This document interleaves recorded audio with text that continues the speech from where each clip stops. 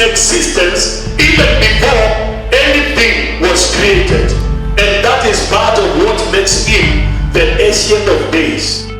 Darkness is not a thing.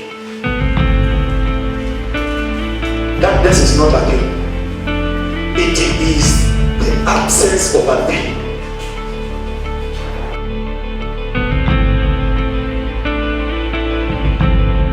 The last thing saw when he was able to see was the greater light that struck him down. And while he was lying there, he could hear somebody speaking. Praise the name of the living God.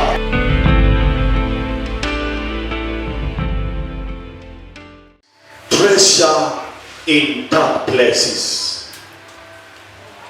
Treasure in dark places. Dhamana iliyofichwa ndani ya giza. Haleluya, haleluya. Ni ajabu na ni muhimu mpendo ujue siku ya leo ya kwamba kuna udhamana, kuna utajiri, kuna baraka ambazo zimefichwa gizani. Na baraka hizi si rahisi kuzipata pasipo kuelewa mambo kadha wa kadha. Haya ni maneno. This is a prophecy spoken by a very serious prophet by the name Prophet Isaiah, and he was now prophesying about the coming of King Cyrus. It was very many years that Isaiah prophesied about King Cyrus, who was meant to be now the king in authority by the time the children of Israel are to be set free and they go back after captivity, the years of captivity. Bwana Yesu asifiwe. But now the interesting thing is, Isaiah is bringing to us the understanding that there are riches and the treasures hidden in dark places. Bwana Yesu asifiwe. Hidden in dark places. My brother, my sister, ni muhimu ujue ya kwamba Mungu tunayemtumikia ni Mungu ambaye yeye ni muumba wa vitu vyote. Alikuwepo kabla ya chochote kuwepo. Alikuwepo kabla ya hata dunia kuwepo. Alikuwepo kabla ya mbingu kuwepo. Maana Biblia inasema ni yeye aliziumba mbingu na ardhi. Bwana Yesu asifiwe. Na kwa hivyo God was even before the beginning of days. God was in existence even before anything was created. And that is part of what makes him the Ancient of Days. Kwa nini tunamuita the Ancient of Days? It is because he was before anything existed in this world. Hallelujah. Na kwa hivyo mpendwa, ni vizuri uelewe ya kwamba huyu Mungu ambaye alikuwepo kabla ya chochote ndiye alisimama na akasema, let there be light, and there was light. The Bible says in Genesis that he created, after creating earth, the earth was void. The earth was void. Haikuwa na kitu, na haikuwa na sura, na hakukuwa na chochote, kulikuwa giza. Bwana Yesu asifiwe. Na yeye sasa, kabla ya kuwepo giza, yeye anasema let there be what? Let there be light. In fact, the Bible says before the light, the Holy Spirit of the living God was hovering in water. The Holy Spirit of God was at work. Hallelujah. Yani Roho Mungu alikuwa anafanya kazi hata kukiwa na giza. Amen. Kwa hiyo tunamtumikia Mungu ambaye hata kuwe na giza, yeye yuko kazini. Manake anafanya kazi kukiwa na mwangaza, anafanya kazi kukiwa na giza. Amen. Maandiko inasema wana wa Israeli hata wakiwa safarini ya kutoka Misri wakielekea nchi ya Kanaani, Inapofika mchana walikuwa tu wanaongozwa na mwangaza, lakini usiku haikumaanisha wasimame kwa sababu kuna giza Mungu hawezi akafanya kazi. Biblia inasema ya kwamba hata usiku walikuwa safarini wakiendelea na safari, na Mungu mwenyewe alikuwa anawapatia wingu la mwangaza ya kuwaongoza katika safari. Tuko pamoja wapendwa? Nifuate, kuna mahali ninaelekea. Na Biblia inasema ya kwamba walikuwa usiku wanaongozwa na a pillar of fire, a pillar of fire. This is to say, the God we serve, the God who called you, my brother, my sister, even if you are in a dark moment right now, that darkness has not stopped God doing his work. God is still at work, and nothing can stop God. No amount of darkness can stop God. Whether you are in a dark moment today, God is still at work, and nothing is going to stop him. He is going to work, and he is going to perfect everything about your life. Jina la Bwana litukuzwe. Na kwa hivyo wapendwa, huyu Mungu ambaye ni Mungu tunayemwabudu siku ya leo ni Mungu ambaye hakuchaguliwa na mtu. Halo? Mungu hakuchaguliwa na mtu. Na kwa sababu hakuna mtu alimchagua, hakuna mtu anaweza kumpatia job description ya hivi ndivyo utakuwa ukifanya kazi. Halo? Na hata hivyo huyu Mungu hakuna mtu anaweza kumvote out. There can never be anybody who can impeach this God. He is unimpeachable because nobody elected him. He is God by himself. He is complete. He sits in the circle of the heart, and he controls everything because he is God, and nothing can stop him. Praise the name of the living God. Basi kama ni Mungu wa aina hii, mpendo, hata nikwambie siri moja leo. When God begins to work to bring you into the light, he first put you in darkness. Kabla Mungu akulete kwa mwangaza hivi na uweze kuangalia na useme naweza kuona mbele, naweza kuona mbali, ataanza na wewe akikuweka kwa giza. Haleluya. Nikiangalia hapa watu wengi ni wale tulipigwa ile picha ulikuwa unapigwa, alafu kuna nini? Kuna negative. And that picture, listen to me now. That picture umepigiwa mahali kuna mwangaza. Lakini when it comes to producing the picture, inatolewa, unaenda pale inaitwa Luduli. Mazizi naona anajua kuna picha za Luduli. Unaenda Luduli, kulikuwa na studio moja, na hiyo studio ile hiyo picha itolewe vizuri ndio itoke vizuri vile unaitaka, lazima itolewe gizani. Si useme amen? Wale Mungu pigo hiyo picha, wacha niwasaidie. Kama umewaenda hospitali na ukaambiwa uende upigwe picha, ilikuwa inaitwa nini? Ni ultrasound kama ni gani bro? Ile unapiga x-ray. Nani anapiga x-ray? Ulienda ukakuta hiyo nyumba ikiwa na mwangaza mingi. Uliingia hata ukiongoka. Inakaanga giza. Why? Because for the results to be clear, na ili daktari aangalie na aone kabisa ni nini kinakusumbua ndani ya mwili wako, lazima hiyo picha ipigiwe mahali kuna giza ndio itoe ripoti mzuri. Bwana Yesu apewe sifa. Wengi wetu hapa leo ninajua ya kwamba tunapitia hali ngumu za kimaisha, na wengine tumefika mahali karibu tukate tamati ya safari hii, lakini wacha nikuambie mpendwa, Mungu akitaka kukuweka kwa mwangaza lazima akuweke kwa giza kwanza. Lazima akuweke gizani, lazima ukuwe kwa giza, ili pale kwa giza ukuwe manufactured vizuri, kwa sababu uwezi ukatokelezea vizuri kama hautaanza kwa giza. Praise the name of the living God. Hallelujah.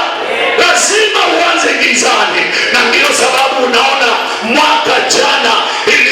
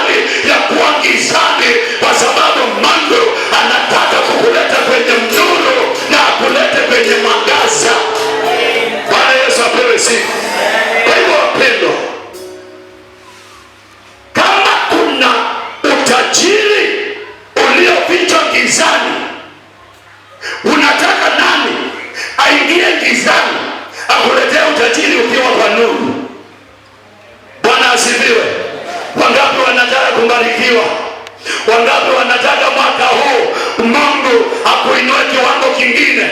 Zile vitu unataka zimefichwa gizani, kwa hivyo lazima at one time ujipate gizani, uchukue kilicho chako gizani, utoke nacho.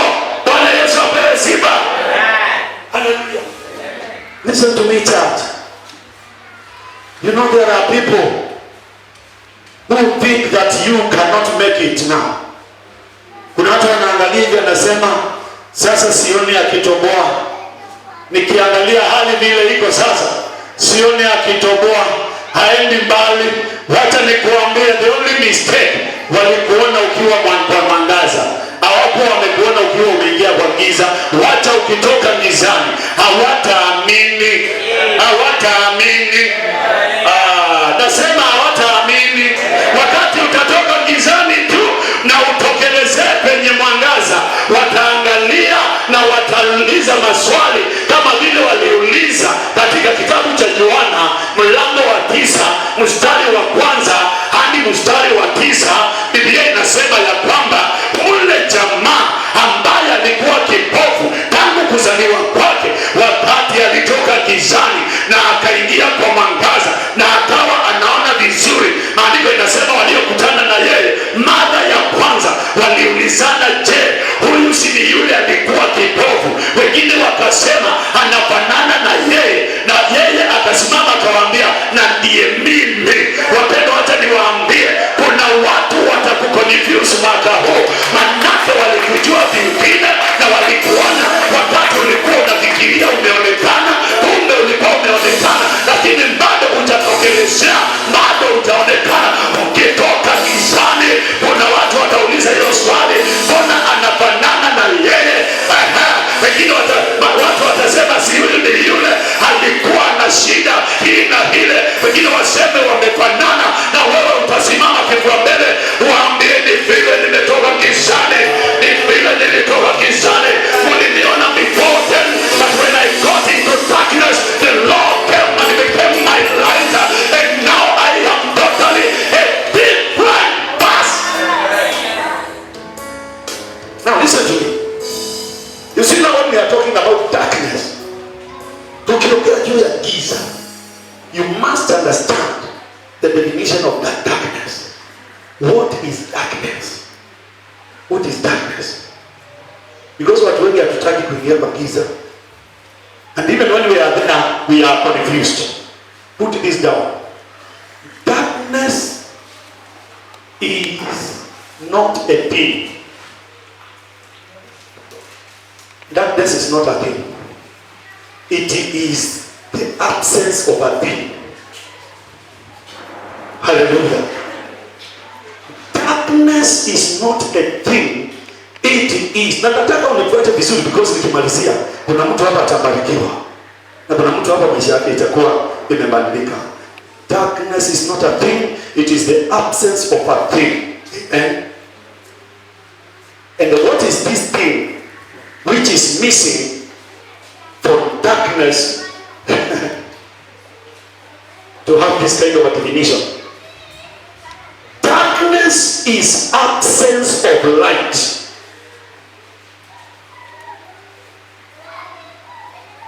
Darkness is absence of light. And let me tell you why darkness is not a thing. Light is a thing because light, from a scientific point of view, light is quantifiable. You can quantify light.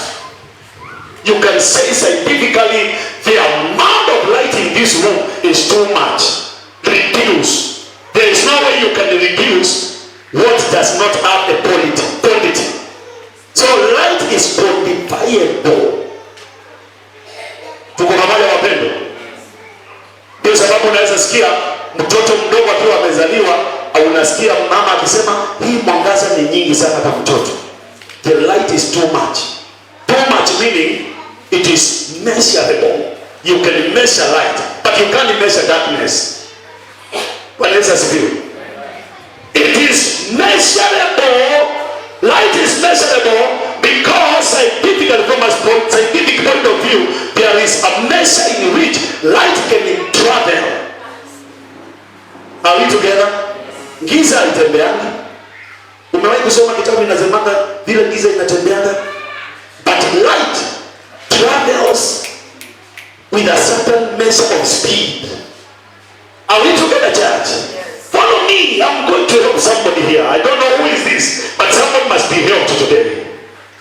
That is why light is a thing and the darkness is absence of a thing, and this thing is light. Tuko pamoja? Haya, turudi kwa maandiko yetu. Biblia inatuambia ya kwamba Sauli ambaye sasa ndiye the key actor in this message. When we are talking about Saul, we are not talking about just another man in the Bible. Listen to me, church. Saul, in our current education level today, is equivalent to a PhD order, permanent head damage. Why? Because he stayed under a very renowned teacher by the name Gamaliel. And the Gamaliel is the man who trained Paul. And Paul is, when it comes to academics and knowledge, he is so well trained by a renowned world trainer called Gamaliel. And when it comes to matters to do with religion, Saul is a Pharisee. And when it comes to knowing his origin, he is an Hebrew of the Hebrews. And if you want to know his status, he comes from the tribe of kings, the tribe of Benjamin, where the first king of Israel came from. King Saul, like Saul, this man we are talking about, was the first king of Israel from the tribe of Benjamin.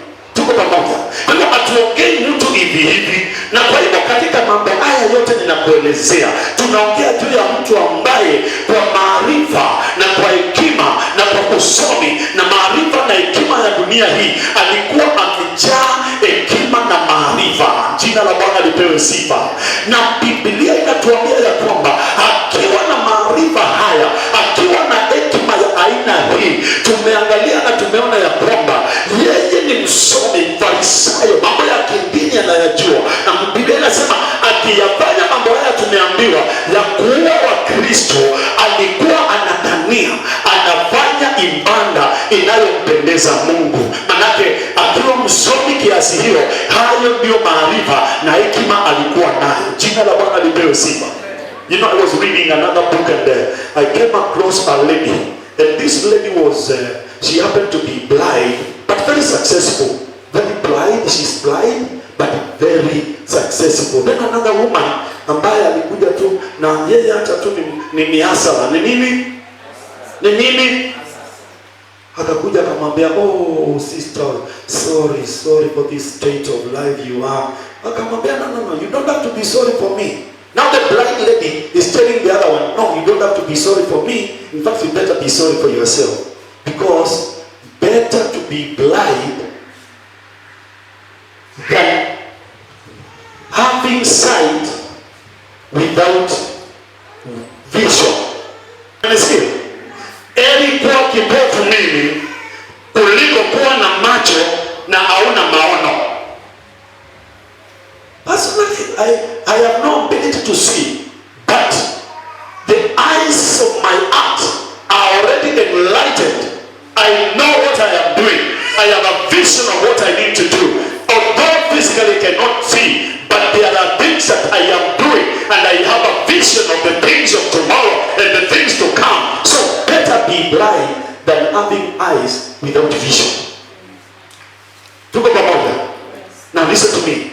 This man Saul, huyo mtu anaitwa Sauli, amesoma, ana ujuzi na maarifa ya dunia, na kile anafanya anafikiria is offering a service to God, but kumbe anajua nini?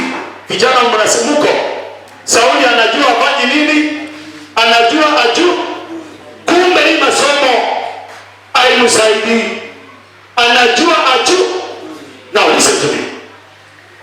One day Saul ameenda kwa the priests to acquire letters to go and persecute the church in Damascus. And that is why I hate religion. I hate religion with passion, because imagine Jesus had no problem with the prostitutes. So say amen. Actually, prostitutes had no problem with Jesus. Sinners had no problem with Jesus. Hallelujah. Drunkards had no problem with Jesus. Only religious people had a problem with Jesus. Amen. Now, wapendwa nisikize vizuri. Biblia inasema ya kwamba Sauli akiwa njiani akielekea Damasiko, masaa ilikuwa kama hii. Amen. Akiwa karibu, Biblia inasema when he was almost entering the gates of Damascus, something happened. Kitu kilifanyika. Hallelujah. Na ndio sababu nataka nikuambie leo hii, mpendwa, ninajua ya kwamba Mungu amekutendea na una mambo ambayo ukiangalia unaweza sema kwa kweli, wacha nijitie moyo, Mungu amenitendea. Lakini kuna kitu leo hii nitakuambia ambacho kitafanya uishi kumshangilia Bwana, kumtumainia Bwana, kumuinua Bwana na kuendelea pasipo kukata tamaa. Amen. Biblia inasema akiwa karibu kuingia Damasiko, andiko linasema mwangaza nini? Mwangaza ukashuka toka mbinguni. Na unajua ni mchana, mwangaza umeshuka mchana, na Biblia inasema mwangaza ule ulikuwa mkuu kuliko mwangaza wa mchana. Praise the name of the living God. Na pale Sauli alikuwa anaongoza vijana wa kumsaidia kushambulia Wakristo kama vile walikuwa wamemshambulia Stefano. If you are not aware, when Stephen was being stoned to death, the person who was supervising the work to be done in a better way, in a good way, is none other than Saul of Tarsus. Yeye ndiye alikuwa ameweka mikono hapo na majackets zimewekwa, vijana wakipiga Stefano wakimuua. Na sasa maandiko inasema akiwa pale, mwangaza ambao umepita mwangaza wa mchana, ndio kitu aliona. Sauli aliona nini? Mwangaza. Amen. Na ukamwangusha chini, na akiwa pale chini, the last thing Saul saw when he was able to see was the greater light that struck him down. And while he was lying there, he could hear somebody speaking. Praise the name of the living God. Wapendwa, acha niwaambie kitu kimoja.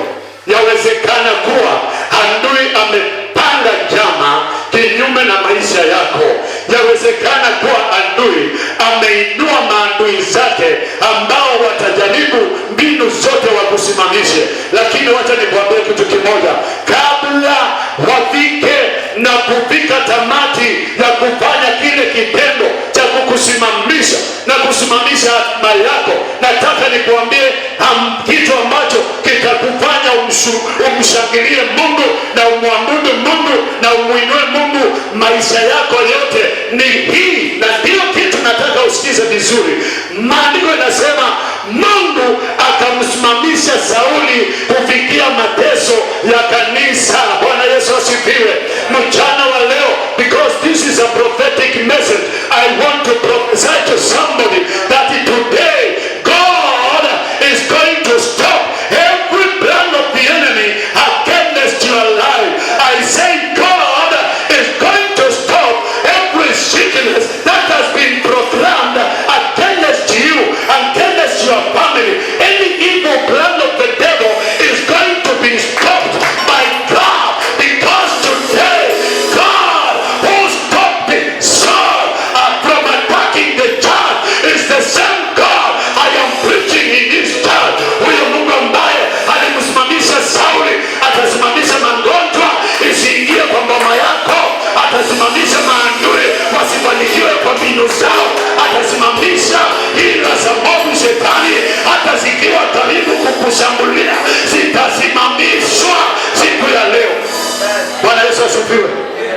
Nisikize vizuri.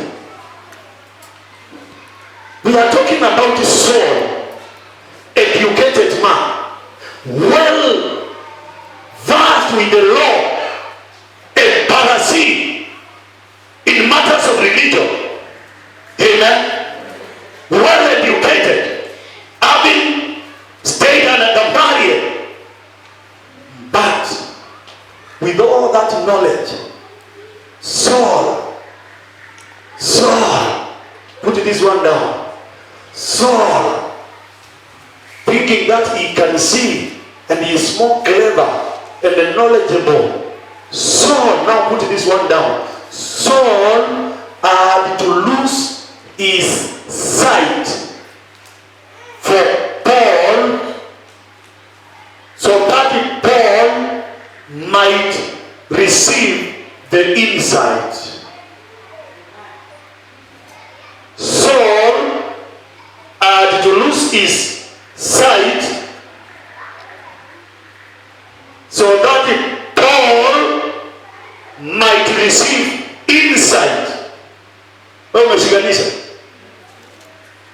Saul mwenye amesoma anajua ajui, ilibidi awe kipofu ndio ule udhamana uko ndani yake. Hey, Bwana Yesu asifiwe. Ule udhamani uko ndani yake. Saul ni msomi, Saul ni mtu ana hekima, Saul ni mtu ana maarifa mengi, lakini ndani yake kuna udhamana ambao umefichwa, na umefichwa kwa mtu mwingine wa ndani anaitwa Paul. Sisi tunaona Saul, ndani kuna Paul ambaye ni mhubiri mkuu, ni mtume ambaye alikuwa anapaswa kuandika mabarua mengi. In fact, Paul is the key contributor of the New Testament, but Paul was hidden inside of Saul. Paul, hallelujah, Saul ana macho na kutesa kanisa, lakini ndani yake kuna dhamana imefichwa ndani ya Saul, na ndio sababu alipoona akaandika akasema, there is a great hidden treasure in this hardened vessel. Hallelujah. Kuna dhamana ambayo imefichwa ndani ya mwili huu wa udongo. Jina la Bwana lipewe sifa. Now listen to me, church. God and to put Saul into the dark so that he can work with him and bring him a different man. You will never be different until the day you get through a dark process in life. When God wants to bring you to the light, first he has to put you in darkness. Jina la Bwana lisifiwe. Kijana ako hapa, amezaliwa, hana makosa, hakukosea mtu, hakuandika application ya kuzaliwa. Amezaliwa akajikuta kwa nyumba ya mzee mmoja anaitwa Gileadi, na yeye ameitwa Jephthah, na anakuwa hana makosa, hakukosea mtu. Kidogo ameingizwa na Mungu kwenye giza na akafukuzwa. Hana baba, hana mama, mandugu amemfukuza, ameenda kuishi mbali sana, lakini akiwa kule, akiwa anapitia maisha ya giza, Mungu alikuwa anaandaa kiongozi. Mpendo, wacha nikuambie, hayo unapitia sio bure. Mungu anaandaa mtu tofauti ndani yako, na ukishapita mapito haya utaimbuka tofauti. Biblia yangu inaniambia Yephthah akiwa kule, akiwa amesaulika, akiwa ajui apate nafanya nini, hakuna hata kurudi nyumbani, manake huko alifukuzwa. The Bible says when Jephthah was living there, the elders of Gilead had to now go to look for him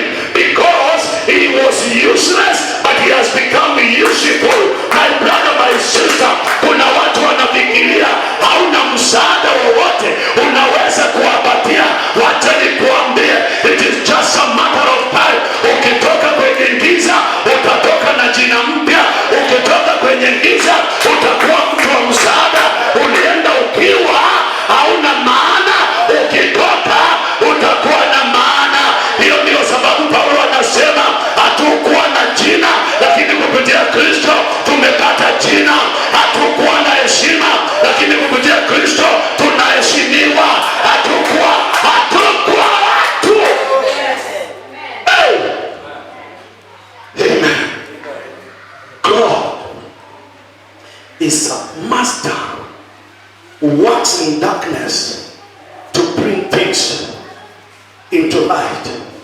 Look at Jesus. When Jesus was arrested na wakampiga, wakamsulubisha, akafa. Akiwa pale kaburini, ule kuna mwangaza. Awacha niongee na hawa. Yesu akiwa ndani ya kaburi, kuna mwangaza. Tukizika mtu tunamzikana na tochi. Tukizika mtu tunamwekeanga stima huko chini. Huko ni giza. Lakini wacha nikuambie, akiwa kule kaburini, akiwa tu amekufa na watu wamemsahau, watu wanamuita hayati, wanamuita marehemu, wanamuita hayati. Wacha nikuambie mpendwa, hayati alikuwa wa siku 3. Nimekuja nikuambie hizo vitu wamefikiria na wakafikiria umeisha, ni kwa muda mchache tu. Yesu alikuwa hayati siku 3 na siku ya 3 akafufuka, na akafufuka akiwa Yesu tofauti. There is hidden treasure in dark places. Hidden treasure in dark places. This apostle Saul, this man by the name Saul, yeye anatembea, anafanya hiki na kile, lakini ndani yake there is a treasure, and the treasure is called Apostle Paul. Amen. There is a treasure in you, and that treasure is yet to be known. But I came to encourage you that very soon and very soon, the treasure is coming out of you, and the people will look at you and they say, I cannot believe this, I cannot believe this, I cannot believe this sister, I cannot believe this man, I cannot believe whether it's the person that I knew. Why? Because there is an hidden treasure inside dark places. Jina la Bwana lisifiwe. Moses, the man that God chose to lead the children of Israel from bondage. Moses, a very learned. Nataka unisikize vizuri. Musa, katika watu wenye wamesoma, hakusomea hizi mashule za jua kali, na hakusomea hizi mainji ziko na shida, na hakusomea kwa just anybody.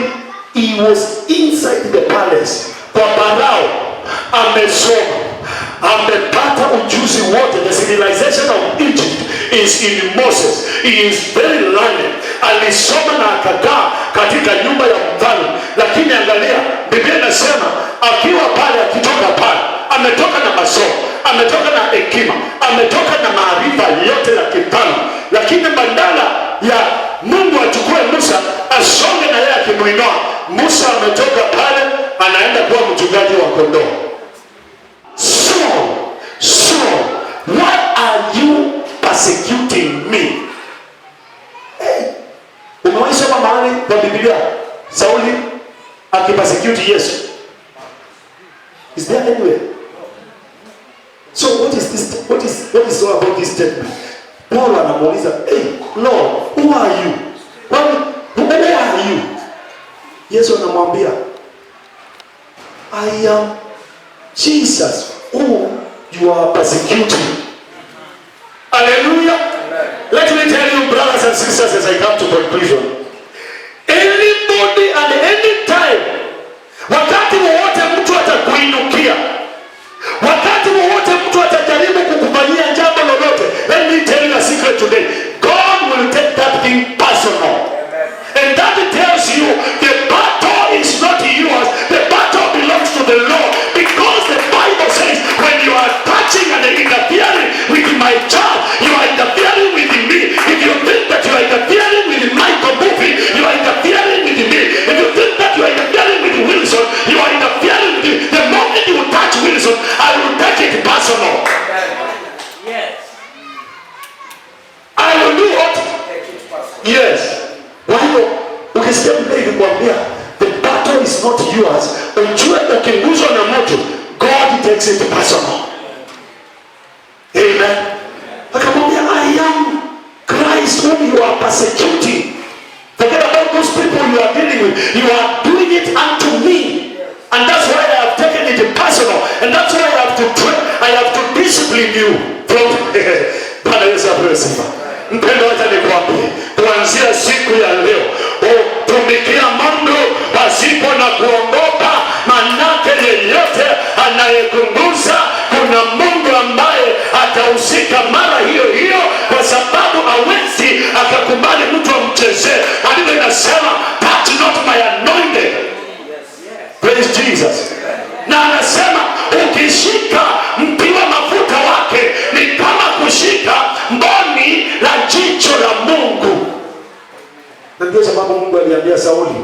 kile unafanya ni kama kupiga teke. Ule mkuki unarushwa na Cyrus Yengo, na wewe uko tayari atiwacha ikuje na ipige teke. Nani ataumia? Unapiga teke, mkuki inatoka pale ile, na wewe uko hapo ukiprepare to kick it, to kick against that. It will hurt you. Praise the name of the living God. Brothers and sisters, I came to tell you, if you want to understand and if you want to access the treasure in the dark places, it is time to understand that you need to surrender to God fully, so that God, when He is working with you, when He is walking with you, when He is taking you through challenges of this life, it is not just going through challenge. There is something that God is doing to make you somebody better. You want to turn your name, you want to transform you, you want you to be a different person than what people have been seeing. Jina la Bwana lipewe sifa.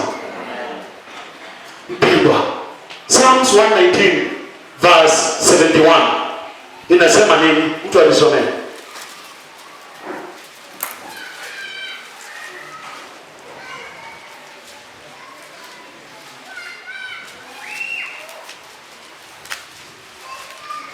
Nisomea, hiyo ndio maandiko tunasoma ya mwisho. Psalms 119 verse 71. It was good for me to be afflicted so that I might learn your decrees. Hebu soma tena vizuri. It was good for me to be afflicted so that I might learn your decrees. Amen. Daudi anasema ilikuwa ni vyema kwangu. Kiswahili, neno la Kiswahili ni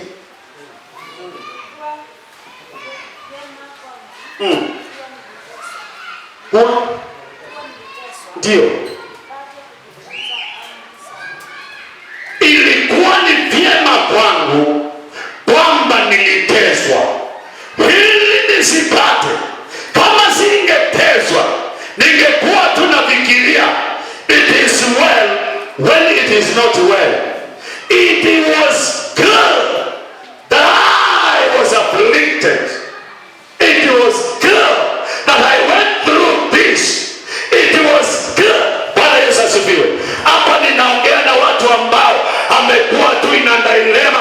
Anasema unajua mimi niko so bitter. Kwa nini mtu akanichukua na akaniharibia muda wangu? I am bitter with her. I am bitter with him. I am bitter because of this. Why should he dump me? Why should she dump me? Let me tell you, my brother, my sister, a time has come that you can stand and say, it was God that I went through affliction that I can learn. Bwana asifiwe. There are things that you must let go in this life. So ushinda ukingangana na kitu na unangangana na kitu na unangangana na kitu. I was telling another brother that it will take too long staring at a closing door while it takes us too long to see the wide open door on this other side. Umenishika? Yatuchukua muda mrefu sana kuangalia hiyo mlango inafungika pole pole. Inafungika, unakaduko pale, unaongea na nini? Unasema Mungu hii mlango, ninaomba hii mlango isifungike, Bwana inua. Kumbe kuna mlango mwingine pande ishafunguka kitambo na auioni. Jina la Bwana lisifiwe. Wapendwa, it was so good. It is so good. When we go through these things and when we go through some of the challenges in life, it is for our own good.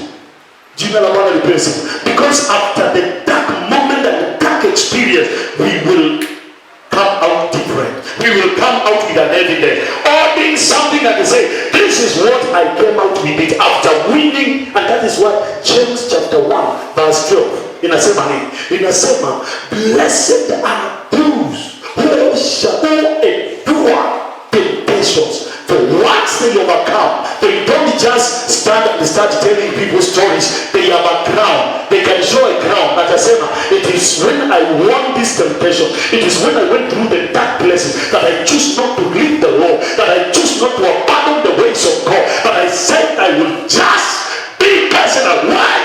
On the law. Bwana sifiwe. Biblia inasema hao watatunukiwa taji ya ushindi. Jina la Bwana lipewe sifa. Now let me tell you as I got conclusion.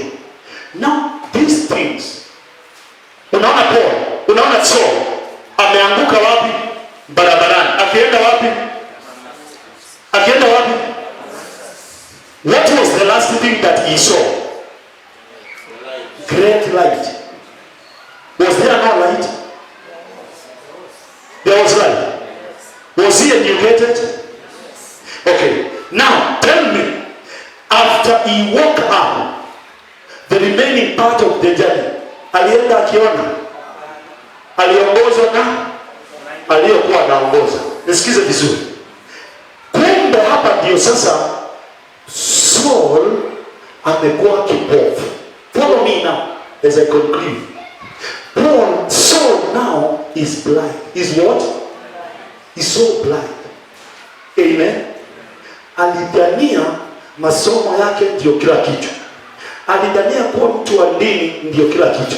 Alidhania kuwa na ufahamu na maarifa ndio kila kitu. Lakini saa hii ni kipofu. Now, let me tell you something as I come to conclusion.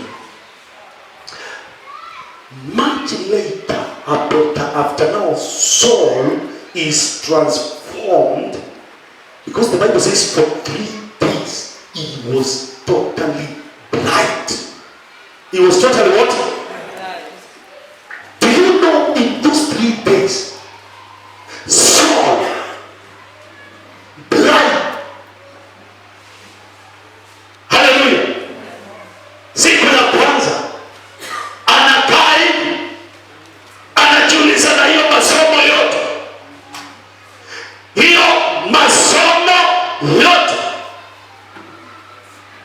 nilikuwa nimalizia nikiwa kipofu, na ile sifa nilikuwa nayo, napewa mabarua na makuhani wakuu, nilikuwa nimalizia nikiwa kipofu. Na tena mimi kabila yangu ndio ilitoa mfalme wa kwanza anaitwa Sauli. Kama mimi nilikuwa nimalizia nikiwa kipofu, na siku ya 3 ikaisha, na alipofunguka macho, Biblia inasema scales were falling from his eyes. Listen to me, church. This man, as eloquent and educated as he was not complete. Bwana Yesu apewe sifa. I am talking to incomplete people. Hello? Now, alipofunguka macho, alikimbia moja kwa moja. Kitu ya kwanza, akaachana na jina ya Sauli, akaitwa Paul, na akaachana na maarifa. Ndio sababu unamsikia akisema, mambo yale nilidhania yalikuwa ya msaada kwangu, niliyahesabu kuwa bure na nikayaweka nyuma yangu. Sasa mimi ni mtumwa wa Kristo. Haleluya. Anarivaa. Siku hii alikuwa anaelekea Damascus. Amesoma, hana maarifa, hana hekima. Anawaambia macho hiyo haikunisaidia. Sasa ndio anawaambia, let in the heaven the eyes of your heart enlightened as it happened to me. I had eyes, but they were made blind that I can be enlightened from inside. Tuko pamoja wapendwa. Alimwambia hiyo macho hiyo asaidia. Na hivyo nisaidia. Maarifa hivyo nisaidia. Hekima hivyo nisaidia.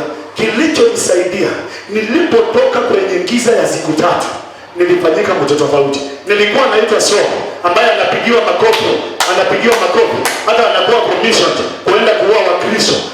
Watu wanamwambia, na huyu jamaa huyu jamaa si mchezo, is a non nonsense. Kumbe God had something better for him, and that thing had to be produced through dark process. There is treasure in darkness. Ukisikia Isaiah anasema, and I will give you the hidden treasure in dark places. Hallelujah. My brother, my sister, I dare you from today, put your trust in the Lord. Whatever you are going through, any dark experience in life will produce a better you. Any dark challenge that you are going through in this life, it is meant to produce a better you. Anything that is contrary to your expectations, confusion, and anything that you feel now things are falling apart, it is all about making you a better you. Jina la Bwana lipewe sifa. Can we stand on our feet?